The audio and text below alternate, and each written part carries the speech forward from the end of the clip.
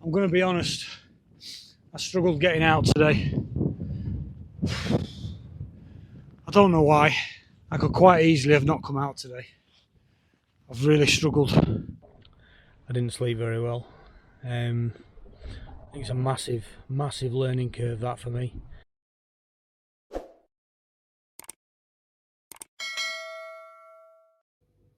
So here we are. I've been back a few days now from my wild camp on Pendle Hill, and I just wanted to do this follow-up video just to explain the stupid schoolboy errors that I made that put me in a bit of a tricky situation. So after I got back to the van, I took my pack off, changed my boots into my trainers, got back in the van, and I drove home. It was about a 40-minute drive back to where I live. I got home about 9 o'clock in the morning, something like that, and I just put my pyjamas on, put my dressing gown on, made myself a cup of tea, had that, and then I had a bowl of porridge. And then, because I was tired, I just sat and I just checked my emails, I just went on YouTube, I just sat in the lounge on my sofa and I just sat there. I think, like I say, it's all a bit of a blur what happened that morning. I think my daughter came round, we had a bit of a chat. She just asked how the wild camp was. She went off and did her thing. My son might even have turned up at some point. The day went by. Did I have any lunch? Can't remember. But anyway, about 5 hours later, my teeth started to chatter really bad. And I thought, oh, bloody hell, feel a bit chilly here. And then my hands started going, and I mean really going. Then my shoulders, then my legs, then my whole body. I thought, wow, this is a bit strange. So I thought, right, what I'll do is I'll make myself a cup of hot chocolate, and I even put a little tot of Bailey's in there as well, just to spice it up a bit. I thought I'll get myself to bed and I'll just warm up in bed. So I made the hot chocolate, and I was really starting to shake at this point. Grabbed the hot chocolate, and I could barely hold it. It was just the mug was just shaking that much. So I was having to hold it with two hands and then walk up the stairs, still shivering.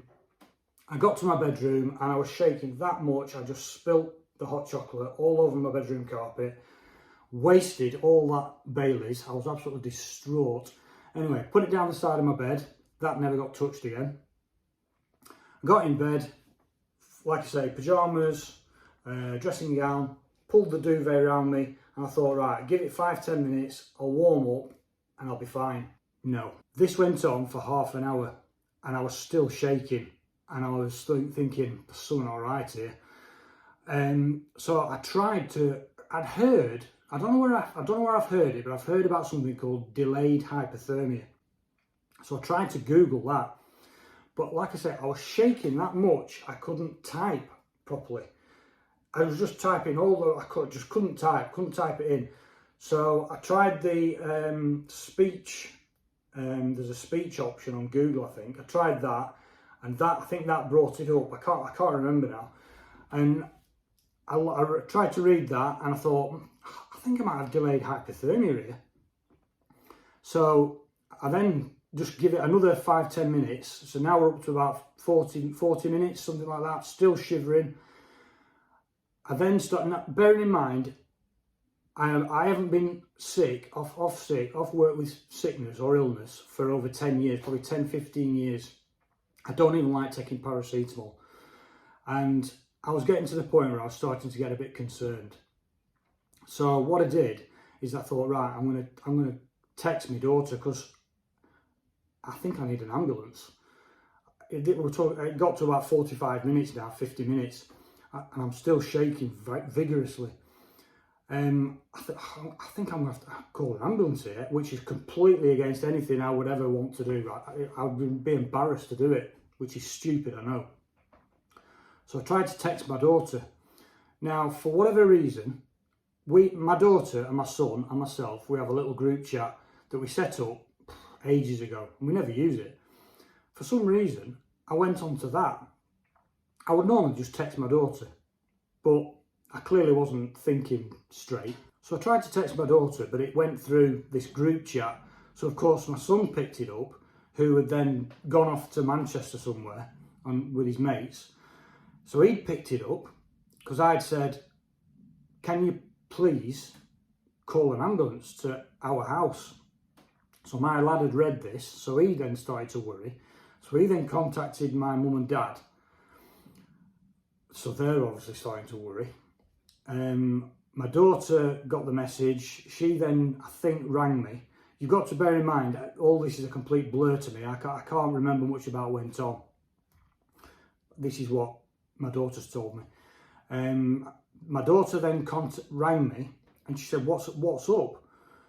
And I said, and apparently I was talking complete nonsense. I was just not making sense at all. But eventually I did come out with delayed hypothermia. So then my daughter called for an ambulance, explained that I think I've got delayed hypothermia. They said, right, we're going to dispatch an ambulance straight away. So that was done. My daughter, who was at her mum's at the time, then drove to my house.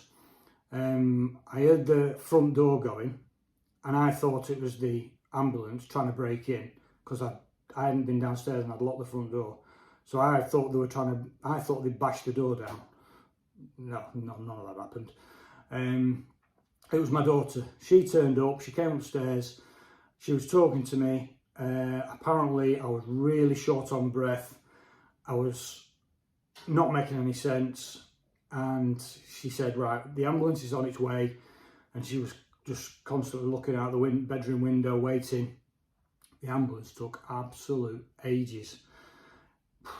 I can't remember how it must have got to 20 minutes, half an hour, still no ambulance. So then I think a medic rang through to my daughter, who then wanted to speak to me. By this time, we're up to about an hour now. I think I'd stopped shaking so much. I had pain in my chest, tingling in my hands, short on breath, headache. The medic or nurse or whoever it was then started asking me loads of questions. They were obviously trying to work out what was up with me. So she was asking me loads of questions, and this went on for a good 20 minutes, to the point where I think they were happy that it wasn't anything to do with hypothermia. They thought I'd got a virus or something. So the first thing I said was, well, can we cancel the ambulance, please? And she said, well, if you're happy for me to do that, then yes. But obviously, if anything changes, then you must ring us back and we'll take it from there. So that's what we did. We cancelled the ambulance. I had paracetamol, I had whatever I had, I can't remember, ibuprofen or something. So yeah, I was still quite hot, short on breath, but I'd calmed down, so I felt a lot better in myself. So that's where I was up to. So I'm going to rewind now back to the wild camp and sort of explain the schoolboy errors that I made, which I should have known better. I don't know why I did it, but I did. So I parked up in Barley near Pendle Hill, got my pack on, walked up the hill, as you saw in the video. Wasn't feeling great. Spent the whole wild camp up on the tops there, and from leaving the van to spending the night on the hill and coming back down the morning after and getting back to the van and back home, I didn't drink any fluids whatsoever. Nothing. Don't ask me why. I don't know why. I had 2 bottles, not too dissimilar to that, full of water. You saw I used some of the water to boil my meal, but I didn't have a brew, I didn't have a drink, I had nothing. And yes, I did show you the well or spring in the side of the mountain, and I even read out where George Fox had stopped there to quench his thirst. As I went down on the hillside, I found a spring of water and refreshed myself, for I had eaten little and drunk little for several days. Did I quench my thirst? No, of course I didn't.